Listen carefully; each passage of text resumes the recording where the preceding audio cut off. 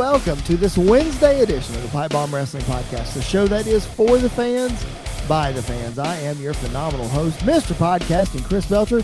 You can follow me at Chris Belcher24 on Facebook, Twitter, and Instagram. The show is at PBW Podcast. Make sure you give us a follow. Leave us a comment. We love interaction with fans. This show is for the fans, by the fans. We want to talk about what you want to hear about. So leave us a comment, leave us a review. We would greatly appreciate it. And also make sure you head on over to bodyslam.net's YouTube channel. Hit that subscribe button and hit that notification bell. That way that you get notified every time we drop a brand new episode. Not only us, but all the other great shows on bodyslam.net's YouTube channel. I know they would appreciate your support as well. Again, my name is Chris Belcher. Thank you for joining us. Whether this is your first time or you've been with us since the beginning, thank you for your support. We appreciate it very, very much. I am joined, as always, on Wednesdays by the young buck. Ladies and gentlemen, the indie darling is in the house. Mr. Andy York in his CM Punk t-shirt. Finally got it in, right? Yeah, I've had it for probably about 2 months, but it took forever to finally come in. It took me 48 hours to even try to buy it, so it was hard work, but I finally got it. It's ridiculous. I hope Pro Wrestling Tees has got their stuff figured out. So that being said, head on over to prowrestlingtees.com/PBW podcast and buy yourself a shirt. Hopefully you won't have to wait a long time for it, but buy yourself a shirt. We would greatly appreciate it. I know bodyslam.net's got some shirts over there too, so make sure you support them as well. That'd be great. Andy, man, I hate that we could not do a recap show this past weekend because Full Gear was a great show, but man, we talk about it all the time. It's a loaded week in the world of wrestling. Not only are we recapping a show, we're previewing another AEW and WWE back-to-back pay-per-views, man. It is that time. Big fight feels coming, especially from AEW and of course WWE. Yeah, man, it's these back-to-back pay-per-view weekends are very busy, and so I'm excited about it, though. I love it. I think the build to this year's Survivor Series has been very weak for most years, but they've kind of let the hype of Becky Lynch and Charlotte, which I'm sure we'll talk about, and the prospect of Big E and Roman, it's kind of carrying everything right now. But yeah, Full Gear was absolutely amazing, and I can't wait to talk about it. Can't wait to preview Survivor Series. It's just another week in wrestling as we've kind of come to get used to it. That's right. And unlike last week, we will be doing a post-show for Survivor Series in some form or fashion. So make sure you follow us on social media at PBW Podcast. I am at Chris Belcher24. Andy is at Andy_PBWP. So make sure you follow us. That way we will post all that information because details are not finalized yet. But you will be hearing from us after Survivor Series on Sunday night. But before we get there, since we're not able to do a recap, we want to try our best to get all of our thoughts out there about Full Gear, find a good balance to where we're doing justice really to both shows because both shows deserve it. Before we get to the actual matches, Andy, I want to throw to you because this is an episode that we talked about doing. We ended up shelving it. Maybe it'll come around again. But the topic of Eddie Guerrero came up quite a bit during Full Gear because this weekend was the anniversary of his death. You had lots of tributes in the FTR and Lucha Brothers match, CM Punk, you had Chris Jericho, all those guys. How cool was it to see all those guys pay tribute to Eddie this weekend? Yeah, I thought it was a nice touch. I thought it was a really it made it feel even more special in a weird way. Some matches kind of felt just like a tribute show to him because he has definitely had an influence on this generation of pro wrestling. He's definitely had his influence on everybody. From Sasha Banks to Sammy Guevara to a whole lot of other guys. And it was really cool, I think, for Chris Jericho to kind of get that moment that he got. I think it was the perfect match for that to happen. Yep. Him and Eddie were obviously really close, wrestled several times, and so for him to get that moment was really, really cool. But I thought it was a really nice touch for AEW. I know Vicky was very appreciative on Twitter about it as well. I'm sure Chavo. I was going to ask you about that. I hadn't seen that. That's cool. Yeah, and so I think it was a really nice touch that they kind of bled that into Full Gear in a very, I think, very subtle way. Sure. But it was subtle, but it was very noticeable. It was Yeah. very, everybody knew what was happening. It Yeah. wasn't like this read between the lines kind of thing, whatever. As the young buck of the crew, what are your memories of Eddie Guerrero in your early wrestling fandom? What are some of the things that stick out to you maybe that you've gone back and watched? Yeah, so the main thing I've kind of gone back and watched was his feud with Brock Lesnar, because I think that is Brock is really good in the ring, but when Brock has a smaller opponent with him, he just for some reason adds even more to it, and so I think that was definitely that build up to that WrestleMania. I believe it was WrestleMania 20. 20. Yeah. Yep. And so that was one of the things I went back and watched. Obviously, we talked about a couple weeks ago his match with Ray from Yep. Halloween Havoc. So a couple of those things. I love the persona that he had, Latino heat, all of that. Yep. It was so perfect. It was a guy that you could really get behind as a mischievous kind of character, and I think he Yep. played it perfectly. And so I wasn't necessarily the biggest Eddie fan because I never got to see him wrestle Sure. because he had already passed, unfortunately, by the time that I got around to watching wrestling. But kind of Sure. going back and watching just to kind of see the impact that he has now had on today's pro wrestling generation, I think it's tremendous. And I think he definitely deserves to be going back. And I'm obviously not the expert on all things Eddie, but I think he definitely has to be one of the best wrestlers of all time, Absolutely, he especially does. for his height and his size and his charisma. And he cut some of the best promos like of that time, of that generation. His promo that he had with Brock was absolutely amazing when he was talking about his struggles and his battles and checking into rehab and everything. Yep. That was such a inspiration, and you just felt the passion behind it. So, I don't know a whole lot about him, but I definitely can see why everybody wanted to be Eddie Guerrero when they were watching him wrestle. Oh yeah, most definitely. And if I could recommend one match, this is off the cuff, so I didn't prepare this, so I cannot give you the exact date. I can give you an approximate date. Okay. For some reason, May 2002 is the date that sticks out in my head. I'm pretty sure it was, it was 2002, regardless of what month it was in, but it was on Monday Night Raw. So for those of you who have not seen this match, for those of you old school fans, you know which one I'm getting ready to say. It's Monday Night Raw. It's a ladder match between Eddie Guerrero and Rob Van Dam. Oh wow. Holy cow. Oh It was the wow. main event of that Monday Night Raw. It was the first time I'd ever seen a sunset flip powerbomb off the ladder. Just craziness. Yeah. So everybody do yourself a favor, get I'll on your check it out. Peacock and go find that match. It's from 2002. Again, the month, I feel like it's May, but I don't know for sure. So go check that out. And I'm pretty sure it's 2002 because I think Eddie was out of the WWE in around that time, 2001. But for some reason, the invasion was popping in my head. I don't remember. Anyway, just search Eddie Guerrero, Rob RVD. Van I Dam. guarantee Yep. you'll find it. It's a Monday Night Raw ladder match. Go check it out. Anyway, that was not planned. Let's go on to Full Gear. Speaking of Eddie Guerrero tributes, you mentioned Chris Jericho. The Inner Circle wins the Minneapolis Street Fight with a frog splash from the top rope. Man, this match was.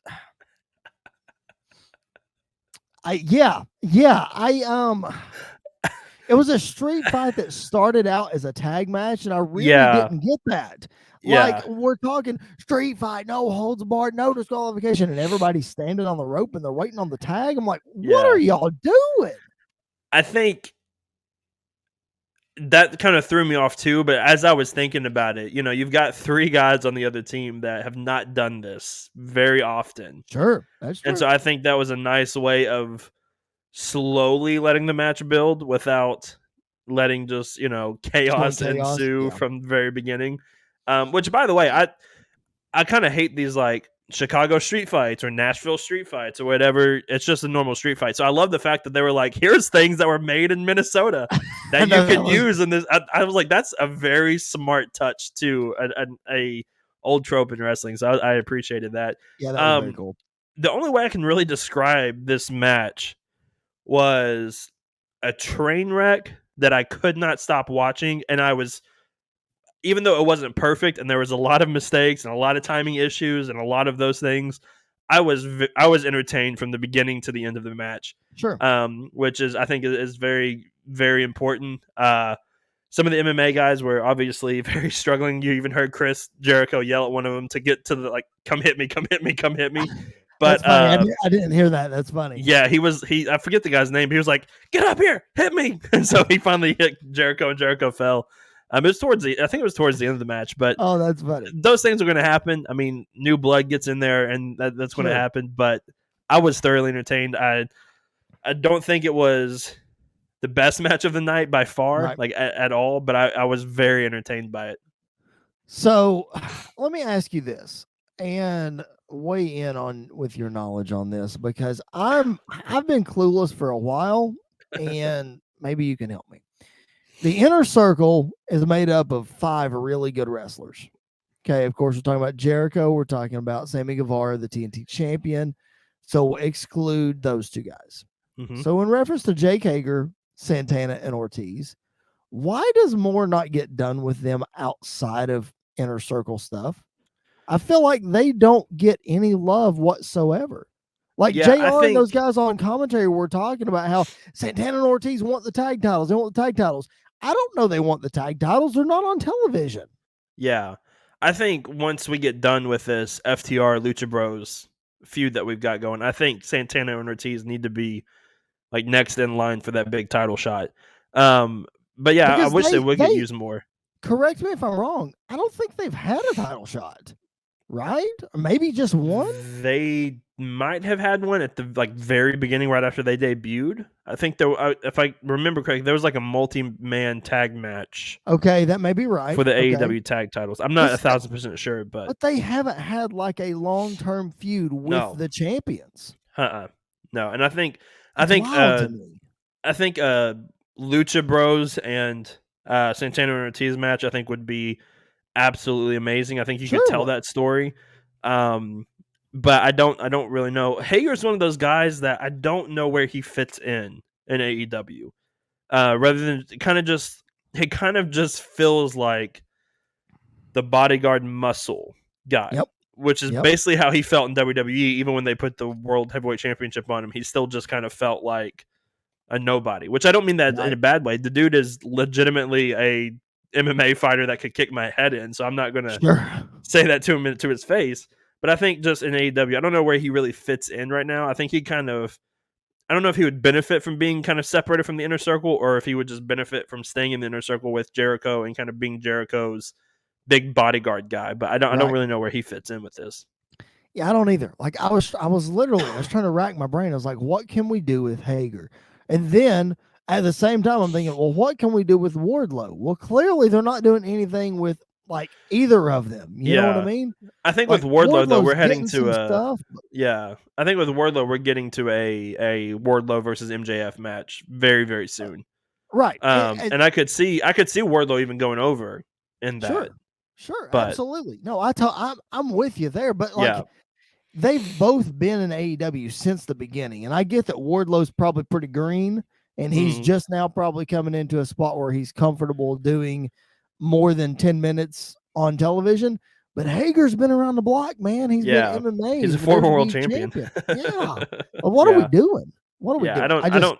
I don't see him as a viable threat to the AEW champion. No. And honestly, I don't see him as a viable threat to Sammy Guevara or the TNT champion. No. And I think you could build him to that. I think you definitely could build him to that, but I don't see that happening for the foreseeable future. So I don't really know. Kind of like I said before, I don't really know what they're going to do with Hager. I think he's just one of those guys that can just be there and kind of just he's the muscle of the group. But I think that's all he's ever going to be in AEW right now. Right.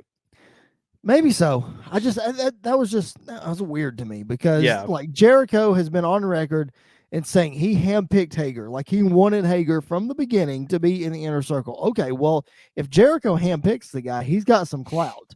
Yeah. So why have we not done more? I don't get it. Now he could. I mean, he could take over whenever Jericho kind of retires or takes a step back. He could take over. That's true. The Inner Circle spot, but I'm not sure how that would work out right now either. That's true.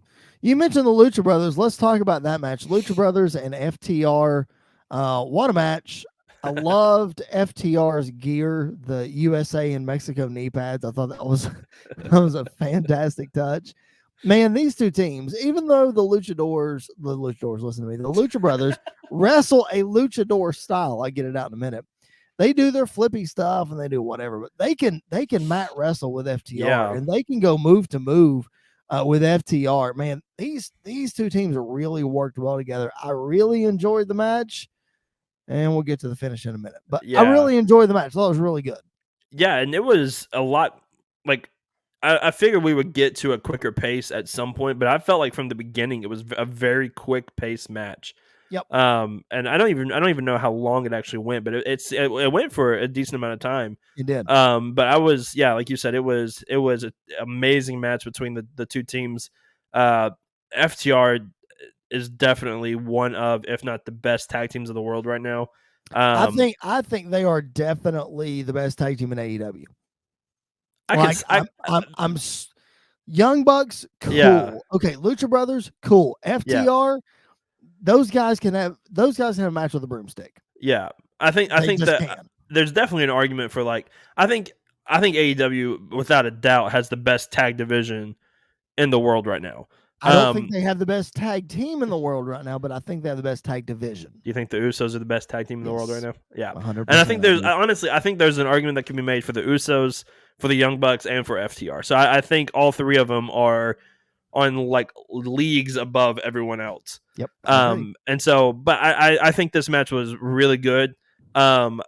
Maybe not like to the standard I was expecting. I think it was kind of, I don't want to say lackluster because that definitely sounds like a negative tone, but I think it wasn't exactly what I thought it was going to be, which is totally fine. There was a couple of timing issues I think that kind of happened in the match.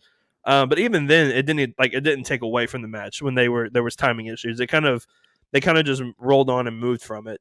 Well, let's be honest, man. To the casual AEW fan, these are not the two most popular teams in AEW.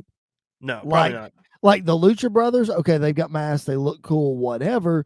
Okay, I can see that. But like, they're not, these two teams aren't the pillars of AEW. So I can see where some people might look at this and be like, oh, well, it didn't live up to the hype because of this or that. I'm not saying that you're saying that. Right. I'm just saying that from an overall perspective, I can definitely see where somebody would say, oh, that was probably a notch below what AEW tag team wrestling is. And I think that's part of the problem. I think if this would have happened on any other promotion, I think we would definitely have higher praise for it. Right. And it's kind of like the thing that NXT was known for a while. Like NXT TakeOver started with a tag team match that was the best match on the card every single TakeOver.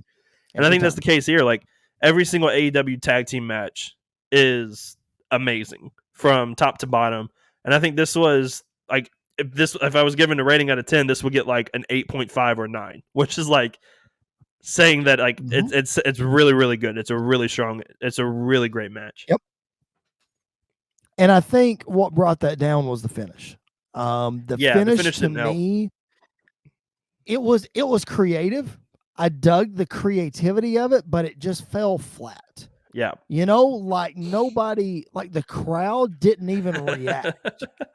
And I read online today, I guess there was some timing issues with that. I guess something happened, something didn't happen, something was supposed to happen. I don't know. But regardless, like I just hate that this match got that finish. Yeah. And I kind of, like you said, it was definitely creative of do you think finding a way for FTR to lose but have a complaint about losing and this feud continue. I think that was a great way. But do you think there was an audible called that maybe they cut the match short? Or... Maybe because later on in the night, it was the tag match with Cody. When Cash came out and Dax wasn't with him, and so I don't know if maybe Dax got hurt. I don't know if there was an audible that had to be called because Dax wasn't involved in the finish of this match basically at all. Right. And so I don't know if that happened, or I don't know if it didn't just go as smoothly. Like, I don't think it happened as smooth in the ring as it was planned out on paper, I think, in some ways, which definitely can happen from time to time. But just next time, if I'm the referee, they have different tattoos on different arms and they look different, even like the body type. So you can still Right. tell that was not who that was supposed to be. Yeah, come on now. So much to get to with this AEW pay-per-view. We're going to try to get to it all, y'all, but strap in, buckle your seatbelts. It's going to be a long episode. I should have warned y'all from the beginning. There's just so much to talk about with all this stuff. Pick a match to get to next, man. I know some of your favorites were on this card. Throw me a match out that you got some good stuff on. Man, I think this is probably the best CM Punk AEW match. Hands down. I absolutely loved the fight because it didn't feel like a wrestling. It felt like a brawl the entire time. It definitely did. Which the feud needed that. Like it, and You're it showed it kind of a different style of Punk. Punk wrestled the Eddie Kingston style here, and I think that was great. Punk bleeding. I think there was a lot of blood on this card. But Punk bleeding, like I think that made it even like bigger. The fact that Punk just kind of walked to the ring instead of doing his normal thing showed the animosity between the two of them. I love the 5-knuckle shuffle fake out that he was going to do. Why did he do that? I think because Cena brings him up all the time. Because he said even at SummerSlam, I'm going to jump over the guardrail and blow you a kiss as I leave with the title or whatever. Oh, and so forgot about that. That's right. I think it was just plus.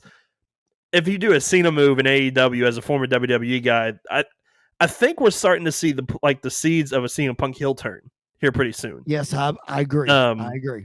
I think this was kind of planting the seeds of that, and I really, really enjoyed that aspect of it. But the match wasn't long. I think it was quick and short and exactly what it needed to be. And I don't think this is the last CM Punk Eddie Kingston match that we're going to see.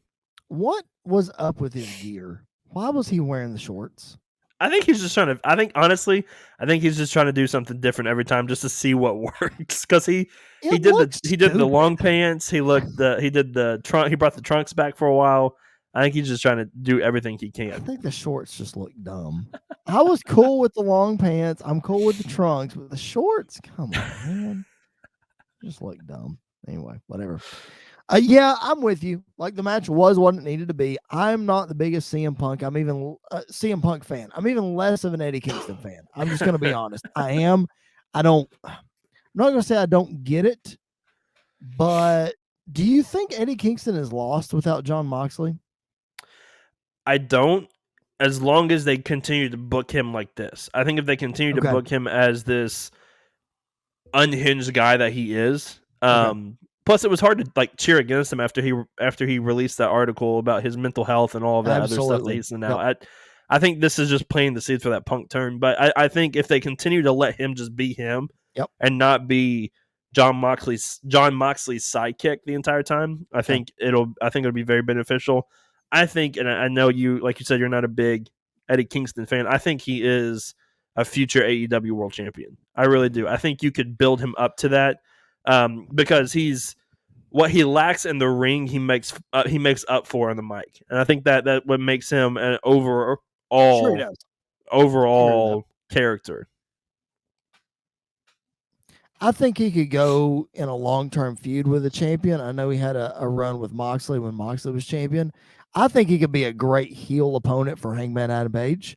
But I just don't see him as a champion. I could be wrong. A lot of people. And I think it's one of those that it could be like, I'm not going to say necessarily as long as Kofi Kingston, because it took forever for Kofi to get to that point. Right. But I think like 2 to 3 years, maybe even 4 years from now, I think we could see him not only just get that shot, but I think get a run with it at some point.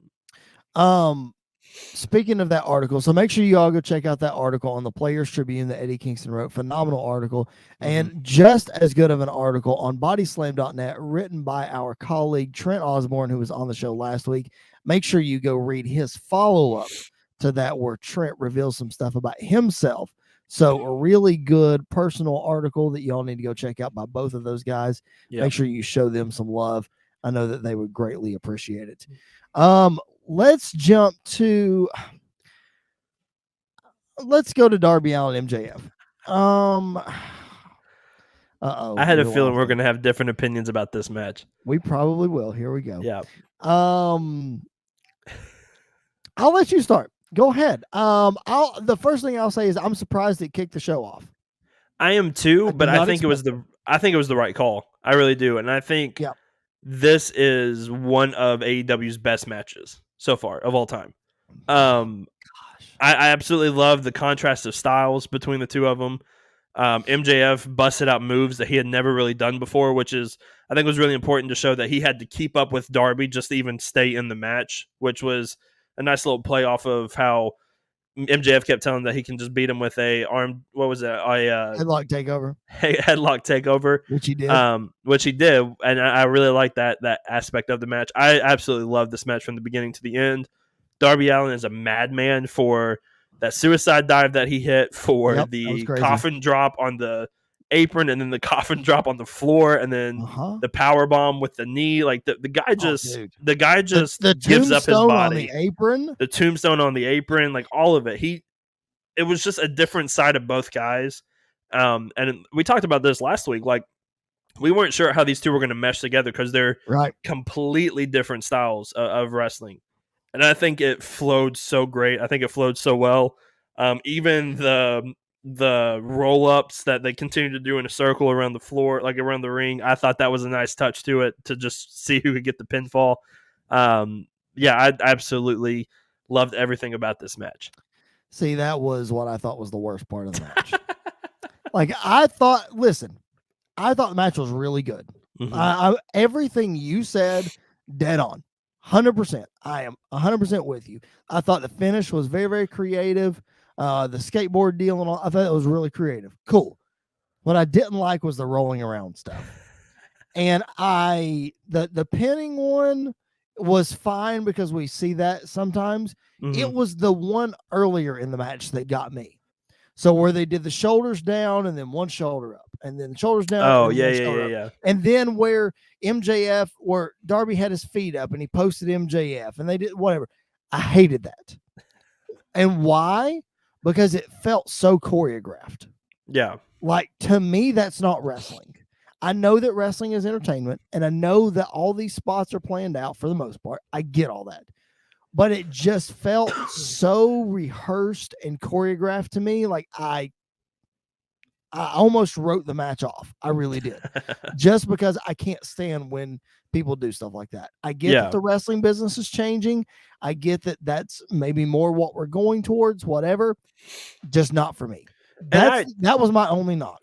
And I agree about the one thing that everybody loves that I absolutely hate is the opening part of the Will Ospreay Ricochet match from a few years ago, where they were doing all the flippy stuff and, it was definitely choreographed or whatever. And I think there's a time and place for it, definitely. I wouldn't have done it with these two guys. I probably wouldn't have either. Necessarily, going back and looking at it, probably not. But to me, it didn't feel necessarily out of place. And I think it was just because MJF had tried to tell Darby that he's a better pro wrestler than him. And so he was going to do everything he could to keep his shoulders down. And Darby Allin was going to do everything he could to break free of it. So I think that with that, keeping that mindset, it made it seem to flow easier for me than just kind of like, all right, now you do this, now I do this, now you do this, now I do this, blah, blah, blah, blah, blah, whatever.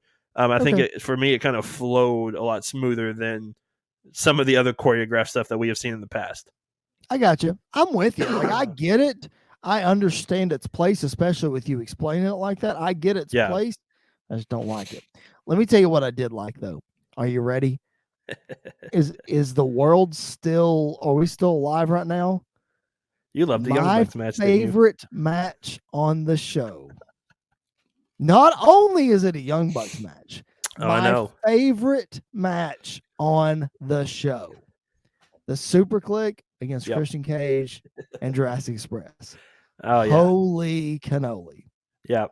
What a match. Man alive. My gosh. Yeah, everything about it was just amazing. Even Matt and Nick coming out with the purple mustache stuff that they had. So ridiculous. Spray painted on or whatever. I love, they're going even more into that gimmick, which it's like the drip god with Seth. The more you go into it's more fun, and I just go more psychotic with it. Yep.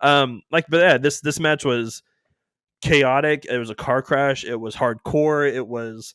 I felt bad for that poor trash can because they got bullied this entire match. Dude, Christian Cage and his big dive Oh my! Yeah, I all of lost it that. when that happened. That was awesome. And Luchasaurus had that really big dive. I think my only complaint with this match is I don't think we got enough of Luchasaurus. I agree with that. I think he kind of did his thing. I think the MVP of this match by far was Jungle Boy. Jungle Boy was amazing. I think Jungle Boy is one of the best wrestlers in AEW, if not in the entire world right now. I think he is. And He's dude, so good. He's so that fluid. concerto at the end of the match, It was brutal. It was brutal. And like even him, like he's flipping on the ropes and everything, but he's super quick. He's all of the stuff that you want. So like you said, this match was unbelievable from bell to bell. Yep. Even the camera shot, like I know we harp on AEW production, but I think production wise for this entire show, I think it was a lot better than it was in the past. Even especially like when Luchasaurus hit the shooting star press on everybody, and then it just cuts to Jungle Boy, and he has that face that I was literally having as I was watching that. I think that was that was a really, really nice touch. Yep. My only question to you is: have you ever seen a dinosaur wear blue jeans before? Not till this past weekend, I haven't. Oh my gosh! Yeah, them coming out in the blue jeans, it was fine, dude. Sidebar: I saw I am, as everybody who's watching can see behind me, I'm a wrestling figure collector. I'm a part of a couple of groups on Facebook that are just nothing but wrestling figure collectors. Yeah. And during this match, somebody posted a picture of a custom figure that they had done and said, well, looks like I made Jungle Boy's full gear attire. They took the Orange Cassidy figure, popped the head off, and put Jungle Boy because he's got the ripped jeans. Listen, great. They need to make those. They need to have those figures, and honestly, they need to have the Young Bucks figure from this. Oh yeah, they do. I think they definitely need to have. I would make a 3-pack of Adam Cole and the Young Bucks. Yeah. From this match, I thought it was great. The pink and black was awesome. I seriously, and this is probably the WWE coming out in me, but I am the Young Bucks are growing on me, but it's because of Adam Cole. Yeah. Adam Cole to me makes the Young Bucks more tolerable. I've been a Young Bucks fan for several years now, for a few years now. You are the Young Buck. I am.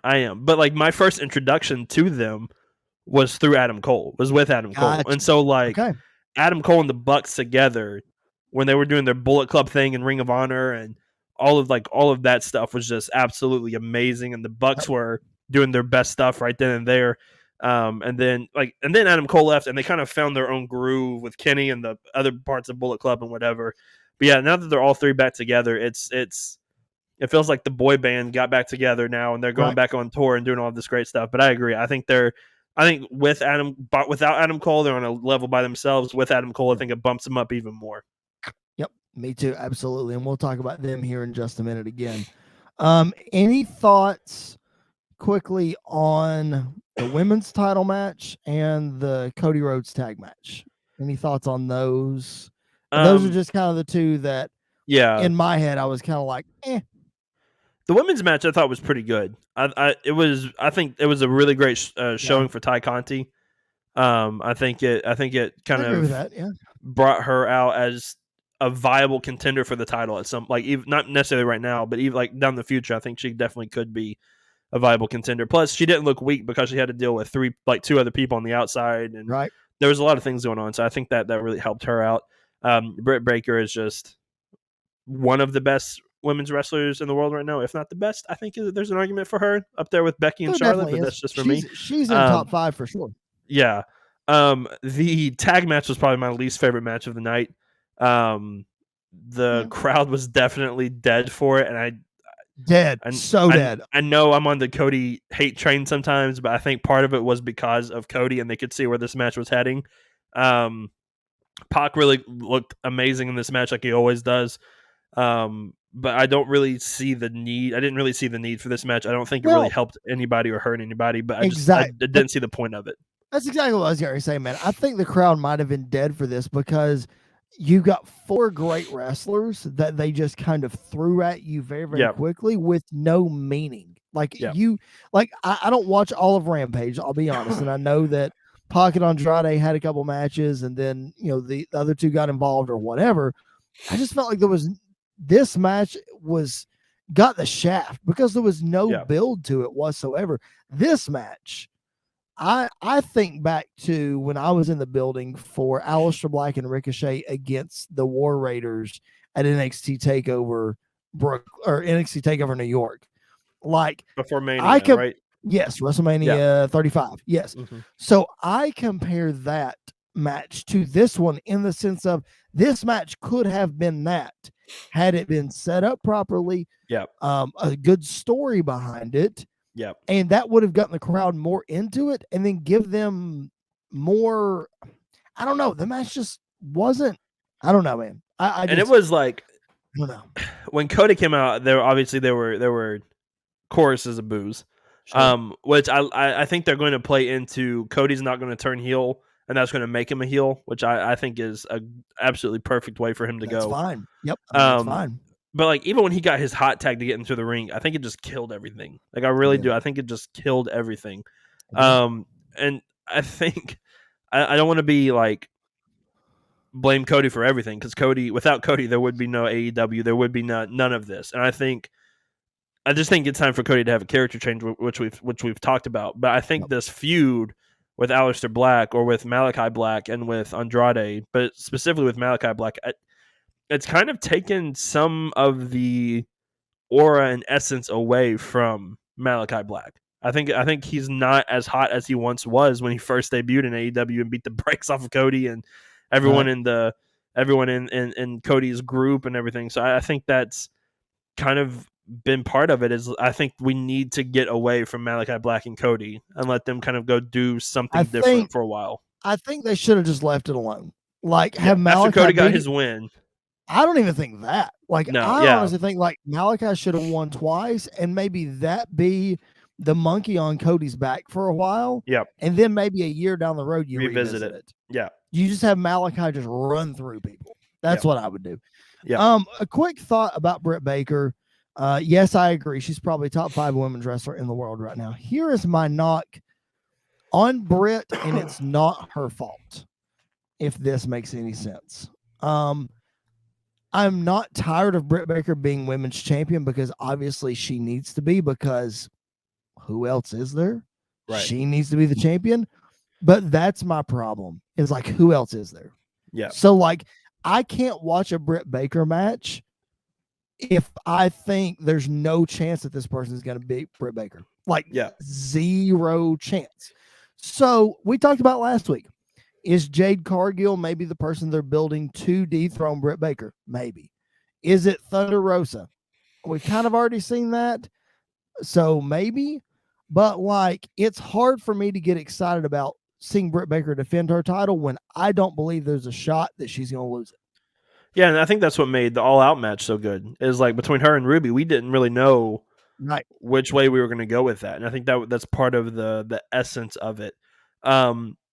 But I completely agree. I think you have to have a thought in the back of your mind of there's a chance that Britt could lose this. Like there's a chance that she could lose this match and lose her championship. Mm-hmm. And so I think you definitely need to build up some newer talent or like bring some people up, which I think this match definitely established Ty Conti as somebody that could, if they continue to build her strong, she could be that at some point. With some of these WWE releases that we saw last week, somebody like Ember Moon could walk right in and right away be a threat. And I think you could see that. You could bring in some people through that forbidden door that we saw Jay Lethal kick in, which blew my mind when he showed up. I didn't even mention Jay Lethal. So which by the way, when they said Jay at first, I was like, Jay White's in AEW now, but it was Jay Lethal, which I was totally fine with. But yeah, I think you could slowly start to bring some people in and really kind of build this story maybe around where Britt's starting to get paranoid because these people are coming in and are starting to like go after her and her championship, and she doesn't have that stronghold on it anymore. So I think there is a story that could be told. You just have to build the right people up around her to tell that story. See, I thought that's one of the reasons that I felt like they really dropped the ball with Ruby Soho already, because like she was the one. She debuts at All Out. She wins the Battle Royal. Perfect. Okay, let's hold that above Britt Baker's head.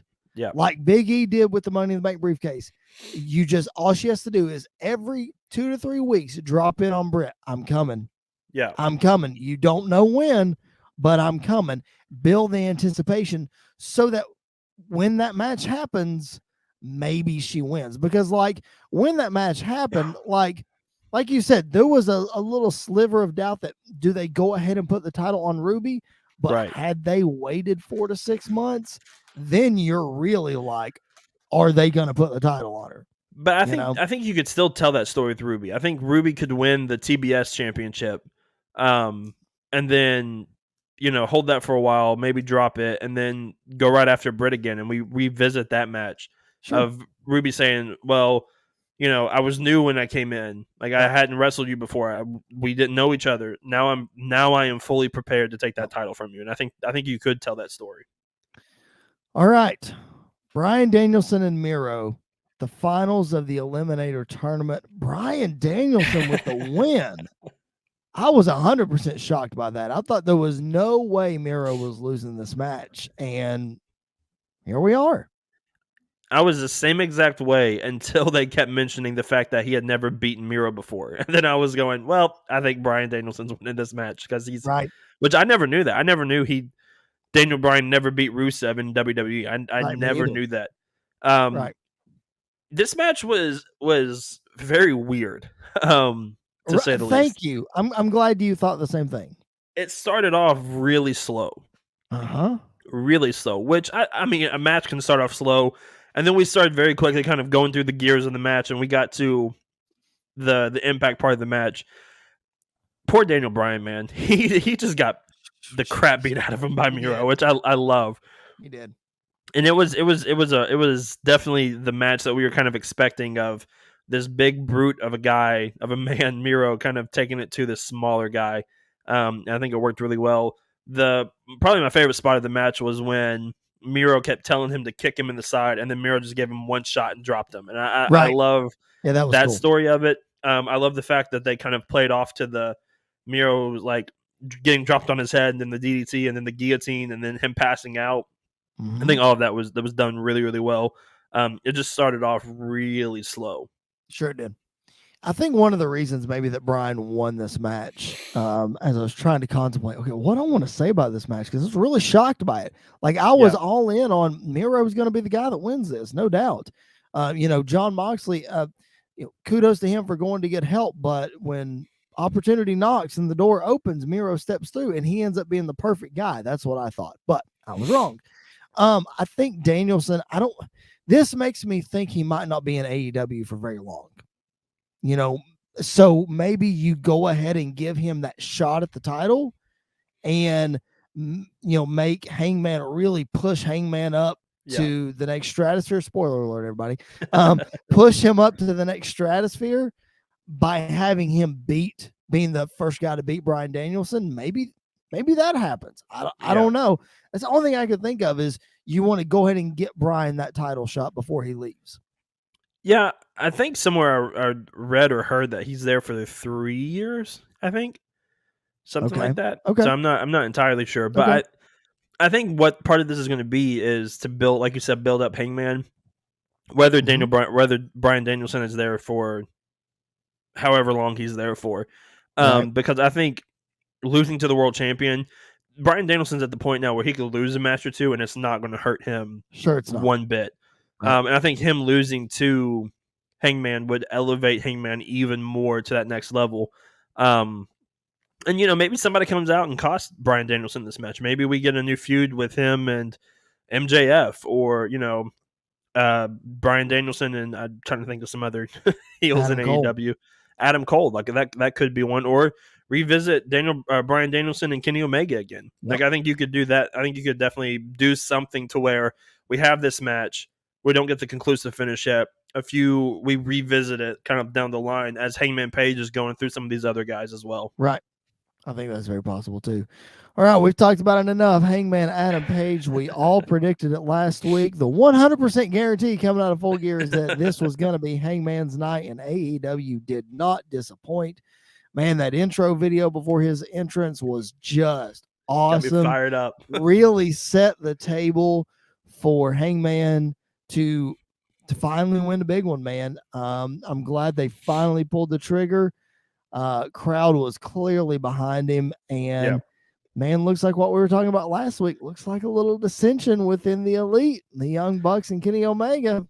Yeah, and I love the fact that it was very subtle. Like, it wasn't Yes. like in your face about it. It was just like a head nod from Matt, and then If you that know, was it. you know, right? Yeah. Yeah. Yeah, and I think that was definitely part of it. I love the fact that it was just the Bucks that came out and not Adam Cole as well. I think that definitely is very telling. Yes, This it is. match wasn't a 5-star classic like we kind of maybe anticipated. It wasn't anything like Okada versus Kenny in the Tokyo Dome for that trilogy or whatever. It wasn't anything like that. But the finish of the match and Hangman winning and that celebration and everything made it what it was. And I think Sure that did. was really important. Of, sometimes it's not the match that makes the show or the card or whatever, but it's just the moment. And I think that moment Sure. was definitely needed and perfect.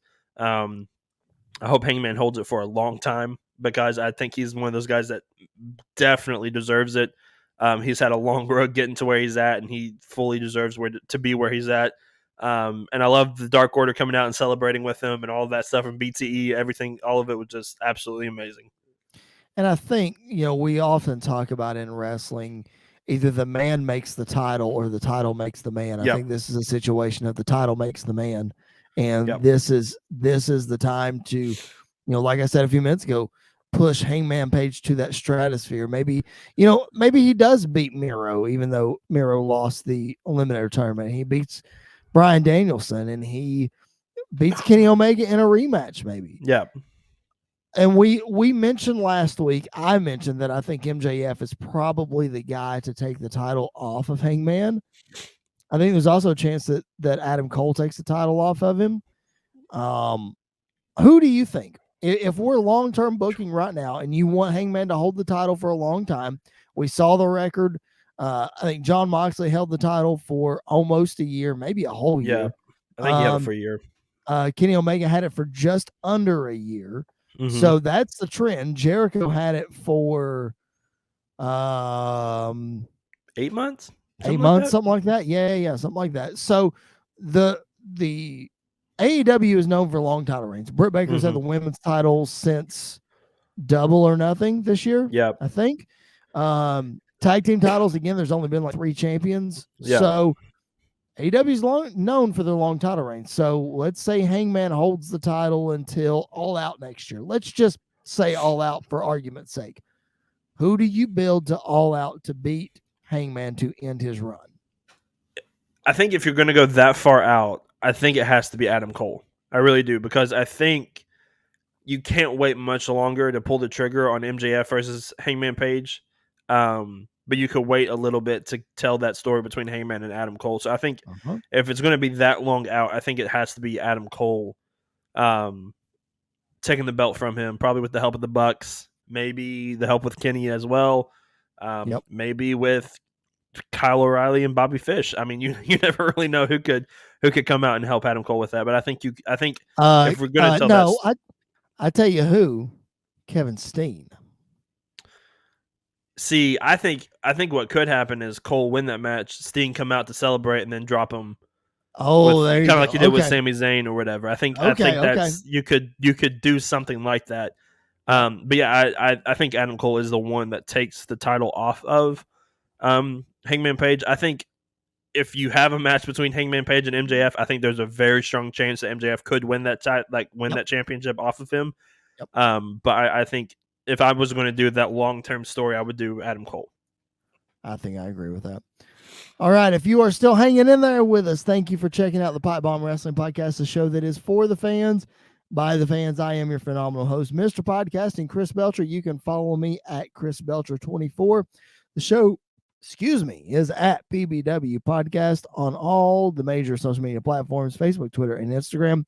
Our shows drop every Monday and Wednesday on the BodySlam.net YouTube channel and on SportsWire Radio. So make sure you support those wonderful partners of ours. I know they would greatly appreciate it. They've got a lot of great shows on both of those networks, so make sure you're checking them out as well. I am, of course, joined by the young buck, Andy York, We are recapping AEW Full Gear, and we have went long on that, and we apologize. We're about to go even longer, though, y'all, because WWE Survivor Series is coming up this weekend, one of the pillar pay-per-views. I said pillar, not pillow, Jim Ross. Did you catch that? I did. In the first I did. round? Oh, my gosh. I did. I lost it. That was so funny. Anyway, the 4 pillar pay-per-views of WWE Survivor Series, as always, or at least that last probably, 6 years? It's been Something brand like versus brand, something like that. Yeah. So we've got Raw versus SmackDown, all the champions against each other. Andy, I love the way that they structure this. We were kind of talking before we were recording that, or actually, I think you said it in the beginning, that the build has kind of been not totally there for this Survivor Series. But I think the overall theme of champions versus champions and show versus show, I think that kind of writes itself. So I love this pay-per-view format. I wish they did it more often, but then it wouldn't be as special. Yeah. I think, I don't know. I think Survivor Series is one of those that it's hit or miss from year to year. Sure. Because I remember, which I'm kind of biased because I was there for it, but the 2019 Survivor Series with Raw versus SmackDown versus NXT. That was different and new and special. Even the first one, I think, after the brand split in 2016. Where you had like Shane McMahon on one team and you had I think that was when Bray Wyatt and Randy Orton were tagging together, and you had Seth and Roman on one team, and it was really, really great as well. But you're right, the format is very interesting and different, and I think it's nice. The one thing I will say is I wish they didn't do the draft right before Survivor Series. I think that's the thing that doesn't make a whole lot of sense. But I'm like you said, I'm very interested to see Becky versus Charlotte and Big E versus Roman, and if it gets enough time, Damien Priest versus Shinsuke Nakamura, which I kind of forgot Shinsuke was the Intercontinental Champion. Right. I think there's a lot of interesting matches on this card that kind of just writes itself. Yep. But there's some of it that just like it doesn't necessarily make the most sense all the time as well. Well, and one of those or two of those is the traditional Survivor Series matches. I think you've got the men's match, which is going to be Seth Rollins, Finn Balor, Kevin Owens, Bobby Lashley, and Austin Theory for the Raw team against the SmackDown side, Drew McIntyre, King Woods, Jeff Hardy, Happy Corbin, and a player to be named later. And the women's side, you have Bianca Belair, Rhea Ripley, Liv Morgan, Carmella, and Queen Zelina for the Raw side. Against SmackDown, Sasha Banks, Shayna Baszler, Shotzi, Natalya, and a player to be named later. So, like, this is cool. It's fine. We got to have our regular Survivor Series matches. The first time really that sticks out in my head. I know we've seen it a little bit, but that we're having heels and baby faces on the same team, and you're seeing the what's the word? The obviously not cohesion, but the dissension, that's the word. Yeah. Dissension between the teams. Because the 2016 one I'm thinking of, there were heels and baby faces together, but they were on the same page. Yeah. You know what I mean? Yeah. Like I remember specifically Styles and Ambrose were feuding during that time, but they were on the SmackDown team together. Yeah. So because that's when you got the very, very brief Shield reunion with the powerbomb through the announce table on AJ. Exactly. Yep. And that's also the match where Shane jumped to do the coast to coast and Roman took his head off. Nuts. So do you like heels and baby faces and the dissension between the teams, or would you rather see a united front? What do you make of these two traditional Survivor Series matches? Well, I think it's interesting that like basically as of right now, you have a team of heels on Raw and then like a team of baby faces on SmackDown. I think that's really interesting how it's divided that way of like a team of heels versus a team of faces, except for Happy Corbin. But with how things have been going, is Finn a heel? Well, yeah, he's a face. I guess he's a face. So I guess you could have, I guess you have like one face, one heel on each team. But it's like Team Raw is mainly comprised of heels, and Team SmackDown is mainly comprised of faces. And I think that's definitely a different aspect of it.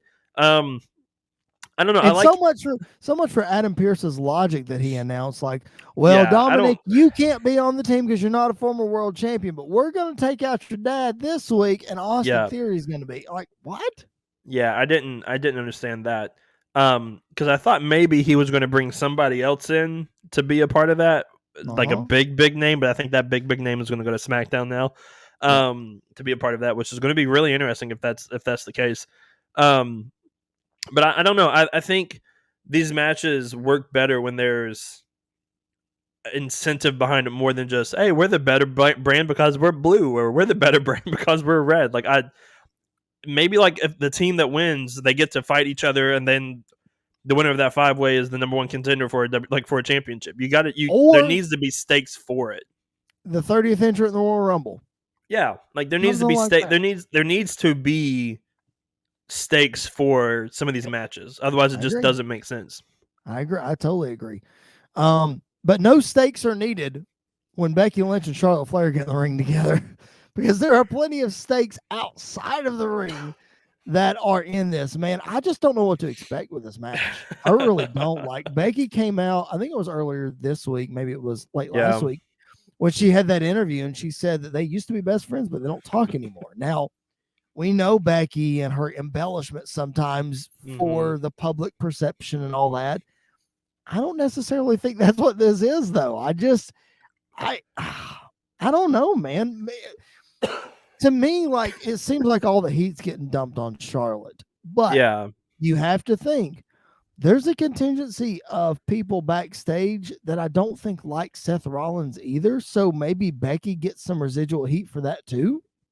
You know? I Maybe don't know that's what. why her and Charlotte. I don't know. I don't know. Possibly, I part of me thinks we're getting worked. Part of me really thinks we're getting worked Absolutely. Yep. because they're not going to be this vocal about it. I wouldn't think. But I then agree. again, like, I think there was some bad blood between Ronda and Charlotte and Ronda and Becky that was definitely spilled out and told. So, like, I don't know exactly what to expect, especially with Charlotte's response this past week, with all the negativity that she, like, all the things that she was saying. I think, she definitely learned from her daddy about how to put her foot in her mouth. And anyways, Right. but I don't really know what to expect. Like I said, I don't know what to expect. I'm kind of expecting a car crash with um hints of, like, realism in it and shoot stuff in it. That's a work, all a work, but I don't really know what to expect from it. I tell you what I expect out of this match is not a clean finish. There is, No. to me, there's no way one of these ladies wins this match clean. Yeah. There's no way. Doesn't happen. Yeah. I don't know how it ends. I don't know exactly what happens. I don't know if Bianca gets involved or Sasha gets involved or both or whatever, but, like, no way. The only way I could see it being a clean finish if there is this actual heat backstage with Charlotte, and then they're saying you're going to lose this match. But I don't even necessarily see that happening See, I as don't much either. either. I don't either. I don't know. All right. Big E and Roman Reigns, man. Champion versus champion, the match that we're really looking forward to. I know that this match is going to be great. It really is. The story has been fantastic. What Roman has been doing on SmackDown with Woods and Kofi and all that kind of stuff. And I know the crowd is going to make a huge difference for this match. But I look back to last year's main event of Survivor Series, Roman Reigns and Drew McIntyre. One of the matches of 2020, if not the best match of 2020, between those two guys. Take the crowd element out of it. Do you think they can top that match? I honestly, I do. I really do. I think Okay. Big E is at a level that he hasn't been at yet, especially in the ring because of the stuff that he's been able to do with Drew and with the Usos and with even Kevin Owens, really, and Seth. I think he's kind of at another level. But when you're in the ring, like, it seems like when everybody's in the ring with Roman, they just have a different perspective and attitude about everything. And I think it brings out something different about everybody. And so I think we're going to see that with this match. Honestly, I expect it to be probably the match of the night. And I really think it's going to be really great. I'm not going to say that Roman is going to win 100%. I think this is one that Roman could lose. especially after the stupid things that happened on SmackDown with the finish of that. But No. I think Roman could lose this one, and it's not going to hurt him at all. And it honestly would elevate Big E and validify him even more as like the WWE champion. I don't think there's any way Roman Reigns loses this match. I just until he loses that title, Yeah. I don't think he loses. Like a straight one-on-one, there's no way that guy gets pinned until somebody beats him for the title. I just don't see it. Man, this is like Hulk Hogan on steroids, even though Hulk Hogan was on steroids. Like The this better is matches. right, exactly. And we say this so much. We say it till we're blue in the face, man. We didn't think we'd be saying this about Roman Reigns 3-4 years ago, but daggum, here we are. He's the top dog. He really is. Yep. All right, man. We've been going long. Let's get ready to wrap up. We're gonna have before we go though, we're gonna hand out our high spots and our turd sandwiches. But of course, when we do a preview of a pay-per-view, we will hand out what we think will be the best and what we think will be the worst from the event that is Survivor Series. You just said that you think Big E and Roman Reigns is going to be the match of the show. Are you standing by that? I think that is going to be the match of the show, but I don't think that's not my high spot for the card. What is your high spot for the card? And you're going to steal mine. I know you are. The fifth and final member of SmackDown has to be Brock. I think it has to be Brock, and I think what's going to happen is he's not going to come out till later. I think the match is going to take place. I think it's going to come down to like maybe 5-on-2. Brock comes out 5-on-1. Brock just wrecks everybody and wins. I could definitely see that happening. So I agree with that. I think it comes down to like Rollins, Owens, and Lashley against Drew. Yeah. I think it's those three against Drew, and then Brock comes out and saves Drew. Yeah. And they're standing tall at the end. Not necessarily shaking hands and blah, blah, but maybe like a head nod or something and keep moving. If this is the case, this is the first time that Brock has done anything like this in years to be in this type of match. And I think it would honestly bring something new to him that we haven't seen before, which has kind of like been his thing the last couple of months. And so I think that would be really, really cool to see that. Well, like who else is there? Like I can't think of anybody that was drafted that hasn't really been used for maybe SmackDown. Jeff Hardy? No, he's already on the team. He's already on the team. Unless it's Willow.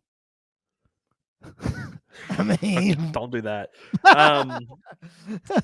Maybe Edge. But because like where is Edge? Where's Edge been? Right. I don't know. I don't know who else. I don't know who you could put in there. Maybe you bring up a Tommaso Ciampa from from NXT or a Braun Breaker, or a Johnny Gargano. Maybe, yeah, or Pete Dunne, or maybe Shanky, or Shanky on Raw. Shanky's on Raw. Or you could bring in Walter. Now that would be interesting. As long as they don't have him lose in the first 5 seconds of the match like they did a couple years ago. But yeah, I think you could. I think you could have Walter come in.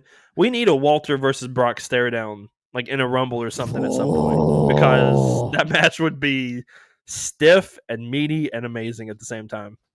I'd like to see Walter and Big E.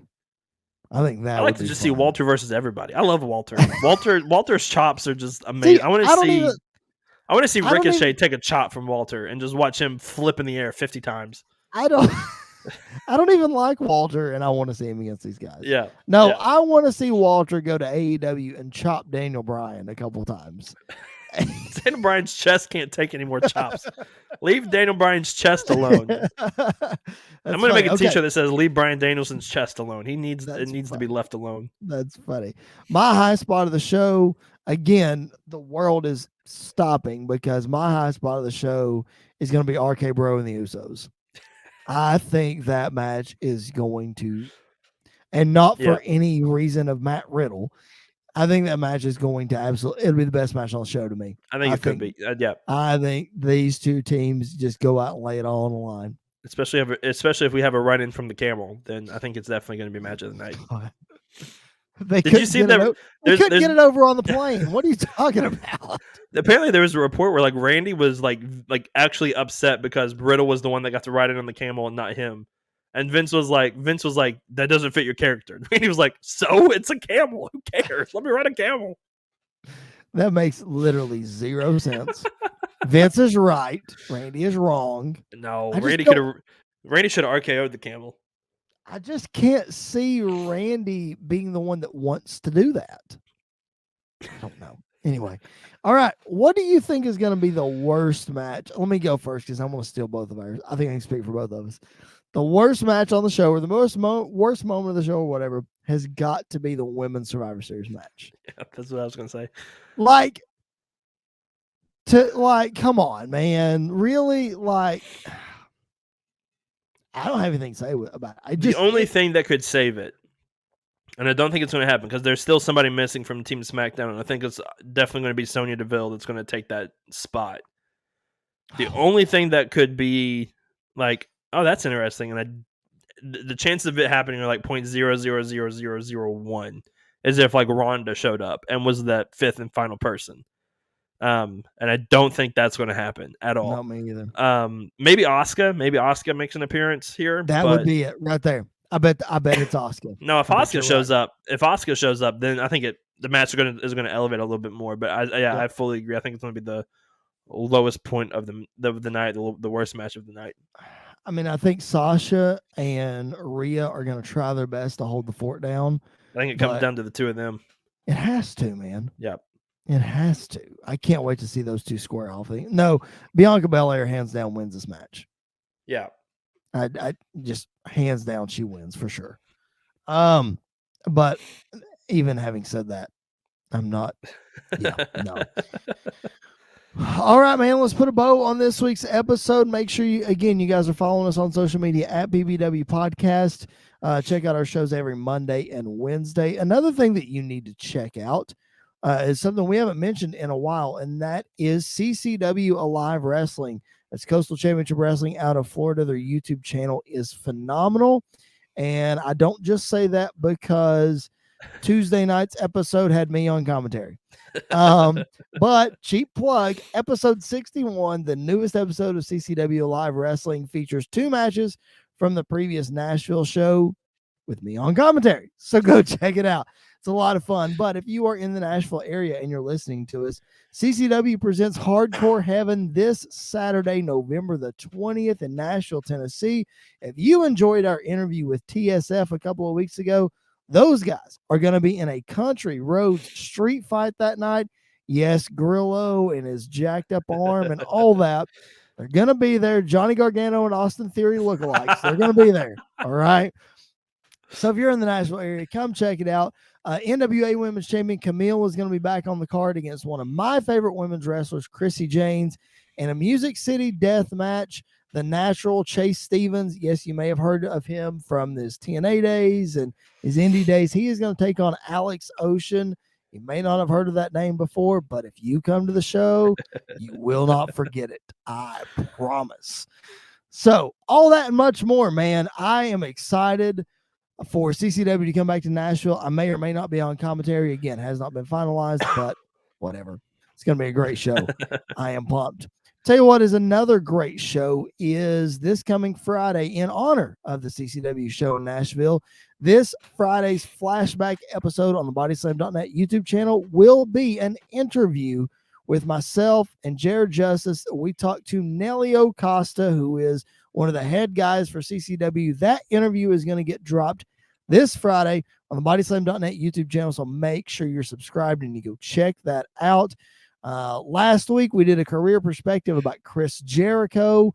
Last Monday, guys, if you haven't checked out our interview that I did with Jimmy Rave, go check it out. I promise. Even if you don't know the name, you want to go back and you want to listen to this interview. It was a great time.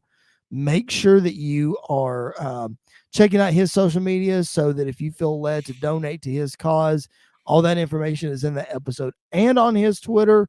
I know he would greatly appreciate it. But Andy, there's so much content available, but every Monday and Wednesday, we're bringing new stuff on. It's a lot of fun, man.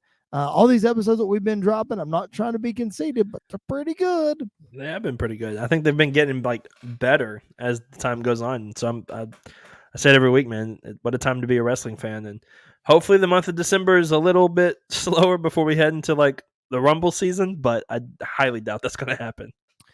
Yeah, but don't fret, wrestling fans. Even though it's the holiday season, Andy and I are going to get together a plan. We're going to have your wrestling content for you each and every week.